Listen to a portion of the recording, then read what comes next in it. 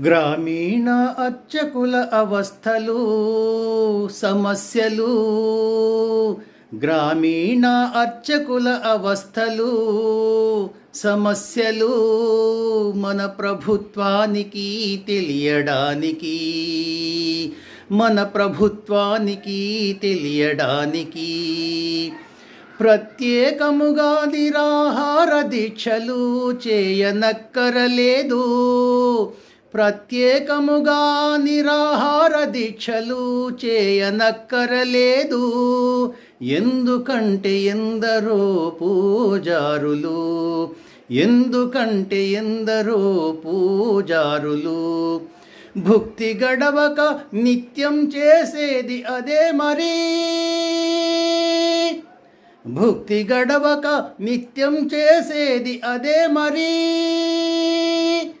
నిత్యం